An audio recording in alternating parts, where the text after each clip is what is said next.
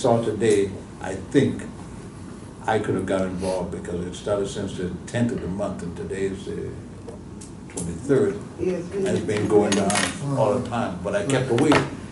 But now I saw what I saw, so, you know, I was like, wow, I could, the deals If go you back do have up. a deal, like I will look at the status 26s because they're one step away. Yeah, I'm kind of. I do. It's the 26s and 28s are the only deals I'll really dwell on and kind of look at a little bit. And then, you know, well, it's all right. What do you get? Repeat. You know, but you should always check with your supervisor on ones like that. Like, Well, I just saw it today, and I was like, wow, that deal's going back. And so I started going over it too. And I was like, oh, whoa. So I was like, I think They didn't message you at all? Not once? That whole time? Anybody? I usually find after about 7 days they start to message because they want a fund, right? It's hitting that red number. oh, the deal, well, if the notes show that everything that was said on that, there was no messaging that should have come. The deal was, but when it got it funded, it just fell apart, man. I think one of the big points that Jason makes, and we've all been discussing in terms of underwriting, is not to micromanage deals, not to watch the paint dry, not to see every single action, but to be able to go in. I mean, 15 minutes, unless you have 3 pages of deals in-house, everybody in this room could probably go through most of all their deals on a regular basis in 15, 20 minutes a day. Maybe 10 minutes in the morning, 10 minutes in the evening, unless you get pulled in by the dealer, because you will naturally get pulled in. The underwriter will pull you in, the dealer will pull you in, a supervisor might see something and ask something of you. There'll be natural occurrences that bring you in, or you'll be talking to the dealer about another deal, and then they'll ask you, what about that Martin one that's in-house? And you can go in. But we don't need to go into it, and see every action of another employee. That's just slowing us down, and that's something we have to really try and avoid, is watching that slow process. Now, if there's a situation where you see, and I think Jason made a good point to those blanket statements, if there's a situation where you don't see anything, the movement's not there, you're maybe missing a note and I'm trying to figure it out, that's when we need to speak to Kevin, Elsie, Alex, whoever's your supervisor, and say, hey, can you review this one with me really quickly? Just want to see where it's going on. Maybe I'll reach out to the dealer or whatnot. Quick stuff, but not reaching out to the underwriter. Do you know the status? Do you know what's going on? Where is this at? You know, those kind of things, those are a frustration. Supervisors and managers don't like them, because on this floor, we should be able to determine what's going on. And if Alex or Corey or whoever looks at it and is still dumbfounded by what they see, they will take the next step of saying, this thing hasn't moved, and now you're out of the loop. You're on to capturing business, bringing in more deals, you know. So those are the kind of things we want to see. Glimpses. Jason's saying he stays out, but he'll take glimpses of what's going on just to get refreshed with, you know, the situation. Do you find that because you're doing so many deals and you get different buyers, or are you only working with one buyer? Oh no, I work with whoever's got the deal. Okay. It's the same thing. Would I prefer to only talk to LaShonda and Iris every day? Probably would be great, because I have good rapport with them from, you know, the years, and they're kind of my buyers on some of my deals. But every time a buyer has been good with me, they get promoted. So you can never really wait for. I mean, Laura was a great buyer; she's a supervisor. Tiffany was unbelievable; she's a supervisor. I mean, it's like, so as soon as you get accustomed to somebody, a lot of times they're going to get. I mean, it's brutal too when you have a good rapport with the buyer and they're doing most of your big stuff, and then they get promoted. So it's best to just work the deals with who's ever got them. And everybody's here is supposed to be doing the same thing, basically. Now, some people have different levels of authority, so they'll have to send it up to somebody else. But yeah, I don't call specific people just to get a deal done. I'll call whoever's assigned to it. So and as long as you're being courteous and using common sense in the things that you say, everybody can pretty much figure out the message you're giving. So that way, when it goes to, a lot of times it'll say, see previous message for rep. So if you're working with a newer buyer that really doesn't understand anything, when it says, see previous message for rep, asking for exception on such and such, the supervisor's going to look at it and read your message to them anyway. So it's nothing. There's nothing real special about that. And as you well know, there's not much leeway on things right now anyway, that anybody could just sign off because they're your best friend. It's never really been like that at CPS, because we're basically, we want to buy the best possible paper to keep this place going. And I got another 15 years of work, and hopefully I can do it here. So, let's see. I think you're number 3. Don't dwell on one deal. Well, that's just something that's a time killer. If you find it like there's deals, try to just work as many stuff as you want, but give yourself messages back. I do that in the system. I don't know what you guys use to follow up on stuff, but if there's a deal where we have to verify employment or whatever, I'll just put a follow up on a message back to me, and just so I'm not staring at it all day, because I know that they faxed out and whatever, and then I'll let the dealer know, hey, it could be till tomorrow. That's it. I mean, it is what it is. But dwelling on one deal, one return, one thing, it's just, you don't get anywhere there. Just do your work on it and kind of move on and catch up on it, when you can. Always appear positive to your dealers. That's something that I'm guilty of sometimes, getting into a thing where I'm having a bad month. And even though may do 100 deals, that doesn't mean that that's where I want to be. I mean, I want to do 200 deals a month. I really actually want to do 220 deals a month. That makes my life very easy. 200 deals, 180. My bills are set up. I have a kid with braces. I mean, I got to make money, and I know that there are slow months in the future, so I never rest. Like if I hit 150, back when we were killing it early, I'm just trying for 200, because guess what? In 2 months, you might have a slow month. So everything you do every month is like every day has to be. Every day is the last day, like the last deal. You got to do it. Because if you just like rest on your laurels and say, "Oh, my rent's $1,500. I got that paid. My car payment's paid. I'm gonna take the rest of the week off." Guess what? Then the first week of the next month, you're gonna have nothing coming in. It's all pipeline. You just got to keep the pipeline going, and that'll make life a lot easier for you. And believe me, tax season's right around the corner. You guys that are like borderline busy, you're going to be seeing mucho apps. I mean, it happens. Now, what you do with them is going to be, how prepared you are to work them is going to be the key, because your phone will also ring a heck of a lot more. You will notice it, and hopefully it's one of those. I mean, there's been times during tax seasons that we've had where I literally want to pull my hair out. I mean, really, that's like one call to the other. So hopefully you guys get a little taste of that. And I've seen people go from 50 deals to a month and 100, and So like the that. future looks bright, doesn't it? Yes, it does. Believe me, I don't think they. That's when you get. Okay. Yeah. You got to be a squirrel in the tax season. Yeah. Collect them nuts and save them. What were you gonna say? So just doing over like 100 deals every month, staying consistent. What does it change from Monday to Friday? Do you do the same thing? I do the same thing every day. I like to use the AS400 personally. I like to go into the dealer lot, where you type in your initials, marketing, and I put in 2021. Right. And the first thing I do is look at the deals with super low scores. Love those deals. Now, a lot of times you go in them and it's a super low score, but the deal's crap. So I don't like to waste my time calling on deals that are an 18 score, which get with a 250 payment. But if the dealer calls me on it directly, I would do it.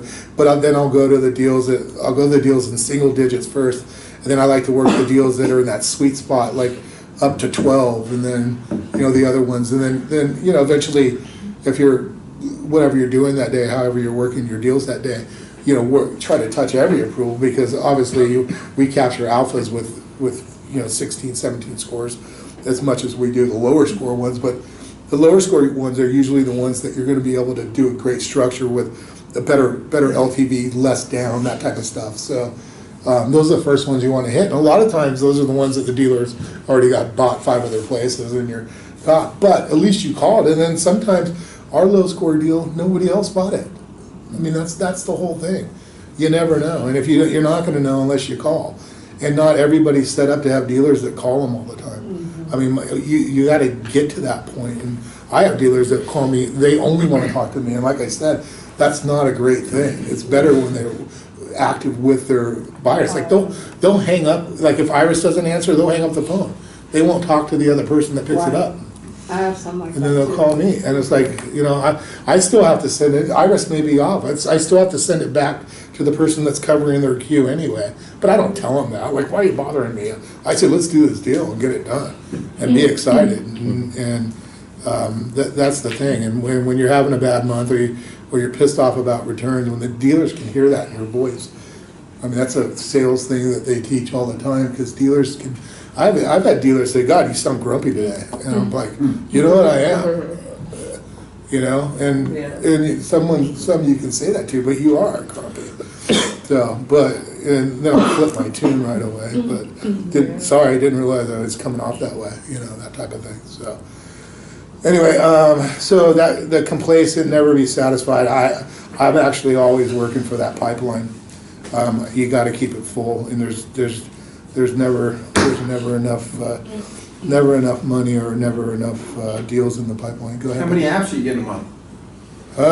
Roughly 25, 23. It fluctuates. I used to strive to get, you know, 4,000 apps, man, back when we first started. You were here earlier, but the more apps, the merrier, and we had a basically. You're getting quality 2,500 apps. Yeah, well, no, they're not quality. It's tough.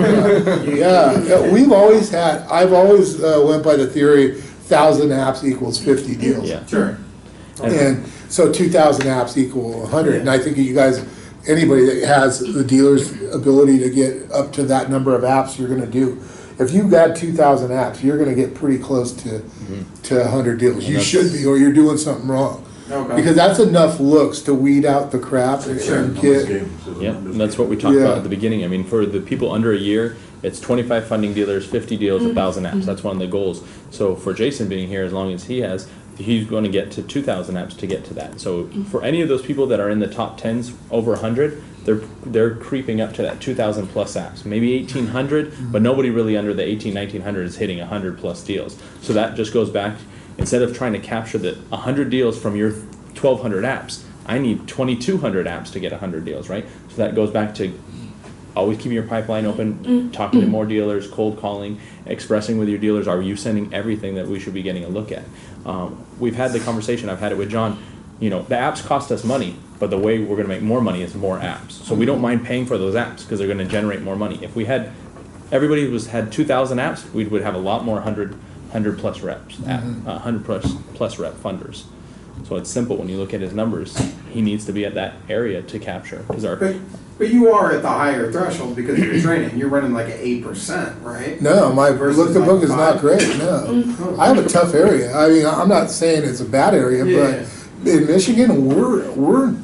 I'm not going to say we're competitive because we're not that competitive. I have to work for every freaking deal. Okay. Yeah, and a lot of times I lose them. One of my biggest dealer chains owns Gateway Finance, and they're and they got themselves. They have it's a bank, but they own them. Okay. Yeah, if they have a super bad deal, they can always get Gateway to buy it. And so and they send them over. Yeah, and they even have contests, and Gateway does a lot of business.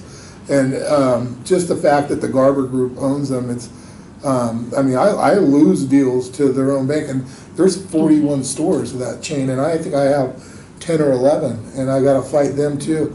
And you know, Michigan's the heart, and I'm not crying about Michigan, what we do there, because the paper's obviously, it is what it is. I have to work hard to capture business. You know, Pennsylvania's the same way for Greg. He doesn't get deals because he's Greg Tolino. He gets deals because he works pretty darn hard. I believe me, I wish I could sit on the, people always call me and say, oh, you're sitting on the beach in California? I'm like, no, I'm sitting in front of my computer. So anyway, you definitely, there even the areas where we seem to have lower rates, though, you guys should know this, like say Ohio, California, whatever, other lenders are kind of like that too there. So it's not like, I can't say, oh, if I had California or Kentucky, I'd be doing more deals. No, because other lenders are basically, it goes by job losses and stuff. So I think in areas that have bad performance, other lenders are pretty much in the same realm.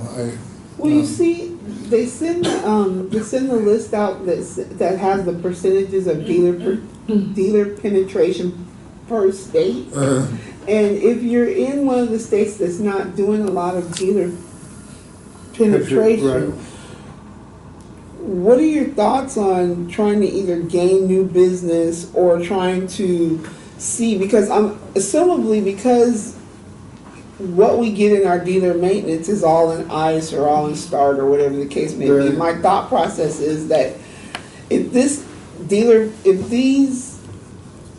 dealerships that we see on the list are not that penetrated in this particular state and they're all in ICE in our dealer maintenance, what good, how, as me as a rep, how do I seem to penetrate more if this state is not doing as well as it could be, should be? I would just call the individual dealer if you have a list of dealers and ask him what he does. And also, I think our auto count is accessible to everybody, right? Mm-hmm. So you can kind of see if you ask for auto count, can you pull by individual dealers? Mm-hmm. Yeah, if you look at that store and you see, and maybe you don't want to waste much time talking to them because you'll see in their lender profile that they're not sending any subprime apps anywhere really. I mean, there's yeah. To that point, if you saw Arkansas is a state we want to penetrate into more, and you see we don't have much going on in Arkansas, you see a bunch of them in ICE, send your super request for a auto count of a zip code that you're interested in. You might see no other subprime lenders are in there, so we might have an issue in general. There might not just be much subprime business there. But if you see that, oh, well, Prestige is getting this, Tidewater's getting that, there's other competition in there, then that might be some way. So you want to, instead of just knocking on doors and making calls, have a game plan of what direction you're going to go into. I think that is a little bit more useful in terms of your time. And also the area where you're calling. Obviously, if you're calling in Beverly Hills, California, there's probably not a lot of people buying cars there with too bad a credit, or Newport Beach, we don't get a crap load of deals out of, right? But if, like Michigan has certain areas that they just stay away from subprime. In fact, they don't even want subprime people in their neighborhoods. So the dealers will even say they don't carry used cars for that or whatever. You call up the work a deal and they'll just straight up tell you, we're not pushing for that business because it's too risky. But if you hit the Detroit area, man, the sky's the limit, right? So obviously, places with the bigger population is going to have more subprime deals. So you can always Google the population in the areas too. And it's not always that the penetration is not the problem. Is maybe they're just don't have the right. But it's all the area. You can find a piece of gold anywhere. That's for sure.